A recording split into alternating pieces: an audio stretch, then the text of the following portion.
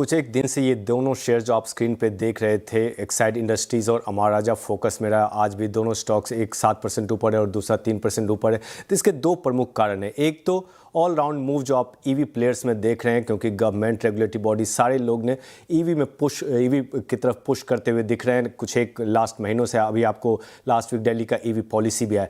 लेकिन आज का जो मेजर मूव मुझे लगता है वो है लेड प्राइसेस का फॉल होना, बेसिकली गिरना। अगर जो आप जनवरी 15, 2026 के हाई से देखेंगे तो अभी तक का जो फॉल है ऑलमोस्ट 11% से ज़्यादा है। और उस 11% में जो 10% का फॉल आया सिर्फ लास्ट एक महीने में आया है। तो अब ये बात ये आती है कि इन दोनों को इम्पैक्ट क्यों होता है। तो अगर जो एक्साइड इंडस्ट्रीज़ की बात करें तो जो लेड होता है उनके टोटल मटेरियल कॉस्ट का ऑलमोस्ट 70% कंट्रीब्यूट करता है। और प्रोडक्शन कॉस्ट का लेड का कंट्रीब्यूशन रेंज है 50 to 55%। अगर जो अमर राजा की बात करें तो लेड 65 to 75% मटेरियल कॉस्ट का कंट्रीब्यूशन है इसका, लेड का। और प्रोडक्शन कॉस्ट में जो लेड का कंट्रीब्यूशन है वो है 45 to 50%। तो अब कितना इम्पैक्ट हो सकता है। तो नॉर्मली ये दोनों कंपनीज और दूसरे भी जो कंपनीज हैं वो पास ऑन करते हैं। प्राइस इंक्रीज हुआ या प्राइस गिरा तो वो पास ऑन करते हैं, लेकिन वो लैग के साथ होता है, 1-2 क्वार्टर के लैग के साथ होता है। तो नियर टर्म में अगर जो लेड के प्राइसेस में गिरावट आ रहा है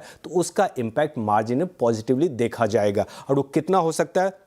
अगर जो 10% फॉल होता है लेड प्राइसेस का तो जो उसके कारण मैन्युफैक्चरिंग कॉस्ट में जो गिरावट आती है उसका रेंज होता है 6 to 7%।